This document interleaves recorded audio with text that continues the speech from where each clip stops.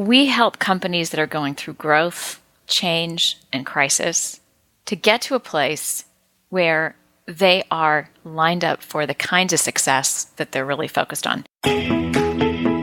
Welcome to Sound Financial Bites, where we help you with bite-sized pieces of financial and life knowledge to help you design and build a good life. The knowledge that has been shared from stages at conferences, pages of national business magazines, and clients living across America, our host, Paul Adams, now brings directly to you. Hello and welcome to Sound Financial Bites. It's so good to have you with us today, and I know you're out doing all kinds of things while you listen to these podcasts. We get reports of you guys doing everything from dishes to running to the gym to watching your kids color while you're getting a chance to tune into us. And first and foremost, I've got to say, you're doing an amazing job to just get yourself out of the morass long enough to learn more either specifically about money or some of these other topics that we talk about that are just centered on the idea of helping you design and build a good life. That's our firm's mission statement, is to put you in the position that you're pausing long enough in life to design what it is you want, rather than let the current of the marketplace sweep you up and put you in a position where you end up with a life by default. Now, some of that stuff is financial by nature, but other things have to do with our life, our marriages, our personal health, and today, one that has to do with business and career. Now, our guest today is Summer Anderson of MiROR Partners. Now, she spent 20 years attracting and retaining executives for large Fortune 500 companies. Now, what most companies do that they may not even realize that they're doing is they go out, recruit somebody. They may spend either a lot of money and resources internally, or perhaps they've even gone out and hired somebody to go find a great executive to bring in that C-suite or VP level and above. They bring them in, and like a space shuttle trying to enter into an atmosphere, they just burn up on entry. And the reason that they burn up on entry is there's not been the groundwork done inside the organization to know how they should bring that person in. What her company, MiROR Partners, does is large corporations engage her firm for retained search, but then they do the important culture work both during the search and after entry of the executive to make sure that they have the best possible return on the investment that they make in bringing in that C-suite or VP level executive. So, Summer Anderson, welcome to Sound Financial Bites. Thank you. It's great to be here. Yeah, well, we're really happy to have you. Now, I've done my best to kind of share with people what you all do and how it's different. I'm sure I missed something. Would you share in your own words just what it is you do for corporations? Sure. We help corporations really think through leadership architecture. That means let's think about where your future state lies and how are you planning on getting there. In the same way that you build a home, you've got to put it on paper first and do that solid planning, just as you do with others, Paul. That's really the critical part, is being intentional with that organizational chart early. Then we help them find the exact right executive that's not only complementary, but brings new capabilities to the team that are necessary to get to that future state. The other thing that we do is we coach the team that's existing, as well as that new team member that's coming in, to make sure that we understand not only what's necessary to make it really optimal, but also where could things get stuck? And if we know that we're all humans and we're going to have an Achilles heel, how do we really augment the strengths that are there by bringing additional strengths in different categories so that the team operates at its best? The other thing that can happen is that an executive is on their way in and they have this time of glory. Let's call it 6 months, their initial 6 months or even 3 months, where they can do no wrong. And then every executive will find a point where they feel like they've fallen off a cliff and are battling that imposter syndrome. It's at that point, before and after, where we're walking alongside not only them, but their boss, their peers, so that they can course correct and also be thinking clearly about who they are so easy to forget who we are. We're in the midst of something new and something hard. That's why they were brought in, to really tackle that challenge. So that's what we do. Now, what I love is I love how you couch it in very simple terms, where you said, well, where things may get stuck when you bring in a new person from the outside, when I think everybody who's listening to our podcast today has seen somebody new brought into a culture where stuck would have been the best possible outcome, and other words that, because we're not an explicit podcast, we won't say, that get really messed up. Yes. When somebody new comes in, and it kind of that metaphor, at least every time you've shared the vision of your company with me, I've always thought of this re-entry. And what I love about the way you engage the team and almost doing like spade work, preparing for somebody new to come in, is I often think back to there's a book called The First 90 Days. And the thing that sticks with me about it is that it says that between 12 and 18 people are impacted anytime a promotion or new hire comes into an organization, at least. And people don't think about that. They're often only thinking about the new person that's brought in, and they go in and ask that person, how's it going? Well, the person inside the space shuttle that is now losing tiles on the outside, and to the people on the ground, it looks like it's going to be disintegrating in a minute, may not know how bad it is on the outside of that ship as they try to come into that new atmosphere or culture. Do you have a story that you could share that would be either an example of where somebody entered really, really well, or the war story of somebody coming in that just went horribly wrong simply because it's something totally preventable somebody could have gotten around? Yeah, absolutely. So I'll give you an example of a situation that's fairly recent. We have a publicly traded company that's a client of ours, and they had hired a CFO who, by all measures, is exceptional. This company's recently gone public, and they needed someone who had done that before. This is somebody who also came highly recommended from their network, and we're coming in at the middle of the movie after this person is in the organization. The situation is, though, that this person's come out of a different industry and is now in a SaaS company. Those are really different expectations, different business models. And while that may not be an apparent problem from the outset, it becomes one when you start to get into the mess of what's required of a SaaS company that's in the middle of innovation. Well, the thing that you mentioned, that there's the honeymoon phase, or I don't think you used a different term just now, but that the halo effect, they're new, everything's fine, that there are problems occurring in the first 6 months that everybody's overlooking. And now, however they found the person, maybe somebody who is a very tactical, non-retained search like your firm, they just hired somebody, paid a fee, the person's gone, new person's come on board. And now the problem is brewing, nobody knows it. So when the problem appears to everybody in 8 months, they think it's a problem that happened in 8 months, but it was actually starting at the very beginning. Yeah, that's exactly right. So the where it jumps up and bites an executive like this one is where the expectations of the street are set in such a way that they're unable to measure them accurately. And that's where it gets hung up. And so in this particular situation, he didn't know what hit him. And what we need to do, or are doing at this point, is really spending some time with him and helping him understand what it is he needs to be clear about. But that starts with a clear mind. That means remember who you are. Remember why you're good at what you do. Remember why we hired you, or they hired you. Mm-hmm. And then let's look at that future state. And where are you going to take this? And last, what's the Achilles heel? What do you need to learn and retool so that you can do this well?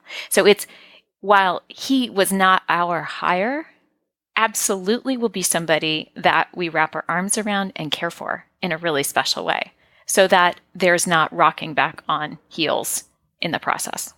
Well, and here's the thing that occurs to me as you say that is, and I always try to tell our listeners that how to listen to some of this. So you might be a space shuttle thinking about entering a new atmosphere, you might be looking around for a new place to work, that I want you to listen for what should you watch out for if you're entering into a new culture, or you're maybe in the honeymoon phase, you just got a new role, you're working to shoot the lights out, that you're going to hear some things from Summer about what you should be aware of what could go wrong for you and what can go right.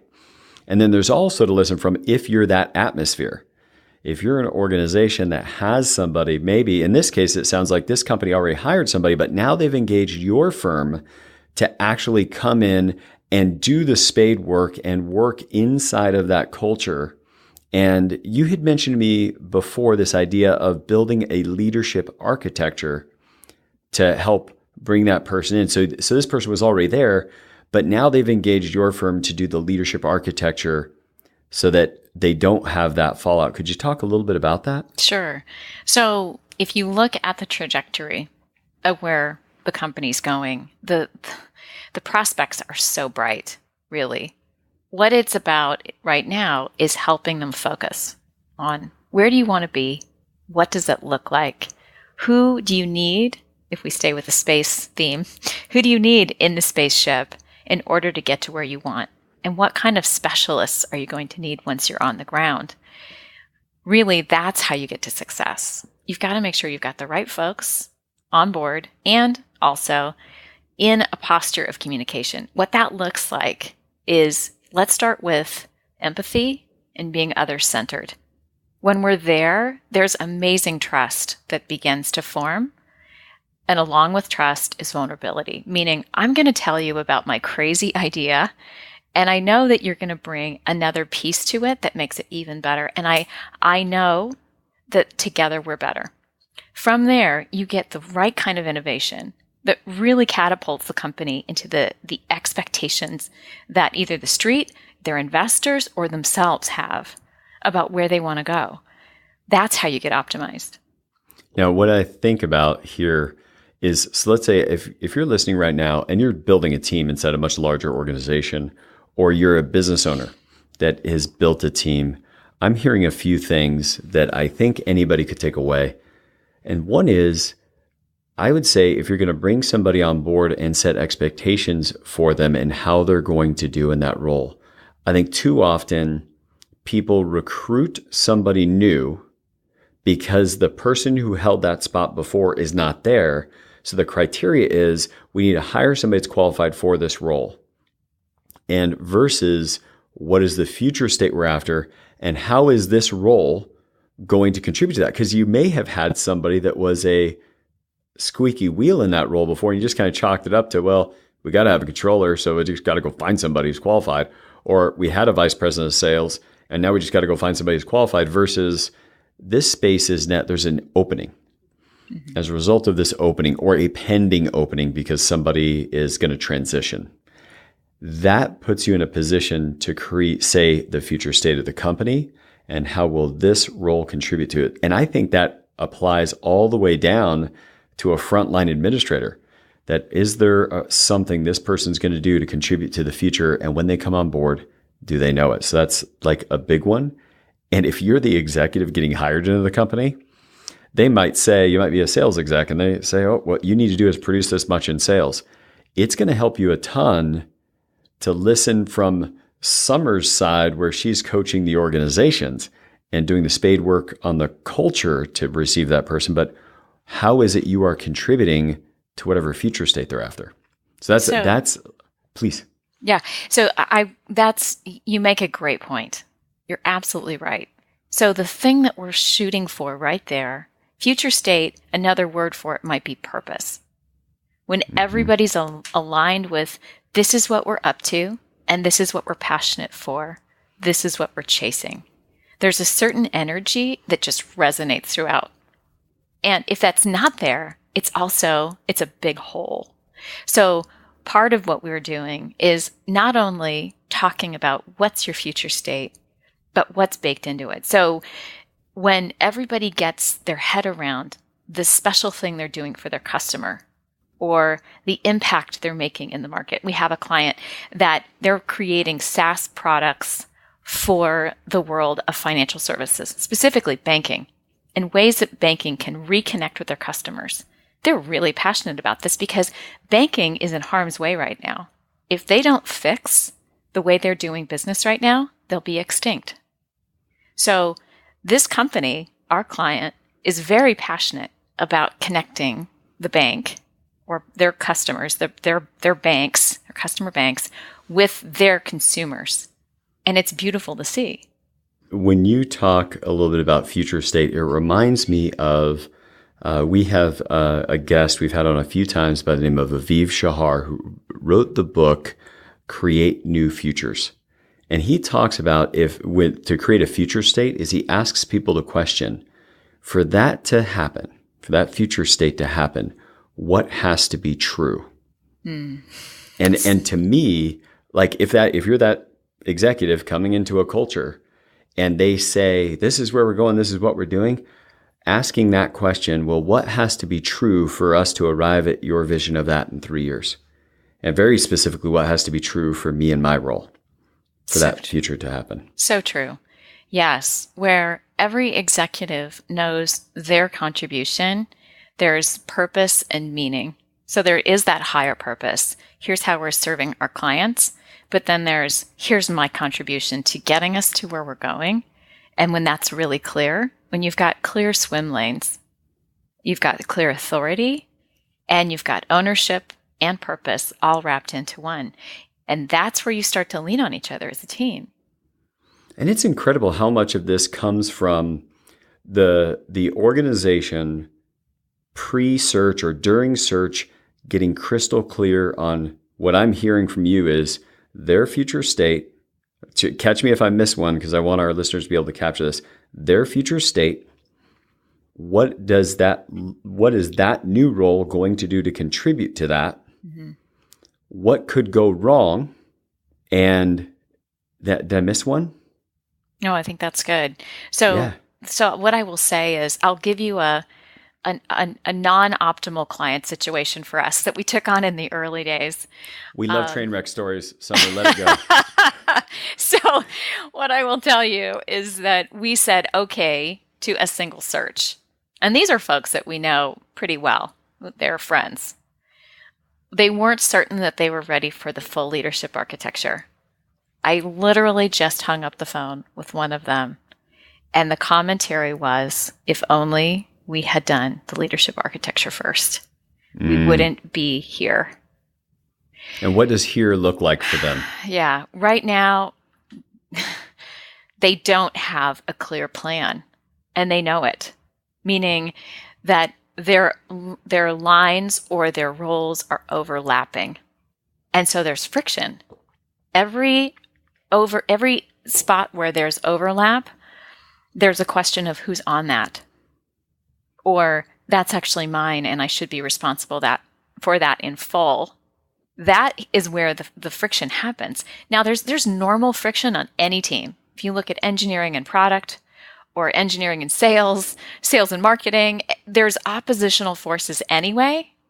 Take as much of the friction as you possibly can out and get crystal clear about what everybody's up to and where the bright line is between those roles, so that everyone has a common purpose and a singular purpose, meaning a functional purpose that they can live into and feel good about. That's what's getting them out of bed in the morning. So and what a great time to reset with all those people that are already on the team, because you've got this unique opportunity to say, okay, well, we're going to bring somebody new, and something that could be confrontational to, especially we're talking high level, many times type A, VP and C-suite people, and saying, okay, listen, you're doing this, you're doing that, to almost pause everybody and have an outsider, in this case, you, coming in and being able to whiteboard, like, who is going to do what right now? We're bringing somebody new in that's going to do these things, we think, to produce this future state out here. So who's going to do what in that? And that's where you get the easy handoffs, because now they're not fighting for territory.